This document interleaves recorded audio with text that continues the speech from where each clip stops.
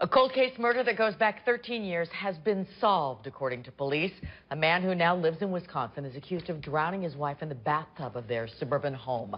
We have new information tonight about an old crime and how police say they finally solved it. The suspect is the victim's husband. The alleged murder was in their South Barrington home. ABC 7's Eric Hong live with the story tonight. Eric? Ron and Kathy, 64-year-old Frank Buschauer, a retired chemical engineer, is now being held without bond 13 years after he told neighbors his wife had a seizure and drowned in the couple's bathtub. On the well-manicured block where the alleged murder took place, there's disbelief. My reaction is total shock.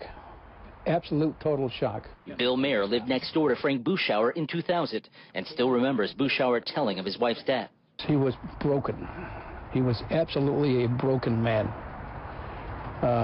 I felt so sorry for the guy. But authorities say it was all an act. Buschauer police say had drowned his wife, 47-year-old Cynthia Risco, in the couple's bathtub, following a long-standing dispute over poor construction work that Buschauer's cousin had done on the house. It appears that there was some marital discord in regards to the home and the construction of the home. The initial investigation found injuries to Risco's neck, face, and body, and Buschauer allegedly told police it was possible he killed his wife but couldn't remember.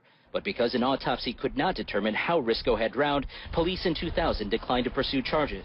I think it all stuck in our heads of the people that were there, and I think we all knew that something was wrong and we wanted to pursue it. So in 2010, the state's attorney's office conducted a cold case review and commissioned 2 forensics experts to examine the tub and injuries on Risco's body. And the conclusion of both of our reconstruction experts was that these injuries were caused and her death was caused by a homicidal drowning. Buschauer was arrested Wednesday in Pell Lake, Wisconsin, where he lives in this home with the couple's now 14-year-old son. He's allegedly implicated himself in statements. We are pleased that we now have the evidence that is required to bring charges in this case and hopefully bring some measure of justice for Cynthia Risco and her family. There are obvious similarities to the Drew Peterson-Kathleen Savio case, which also involved charges being brought years after a bathtub drowning. Authorities here say that high-profile case played no role in their decision to re-examine this case. Live in South Barrington, Eric Hong, ABC 7 News. Ron? All right, thanks, Eric.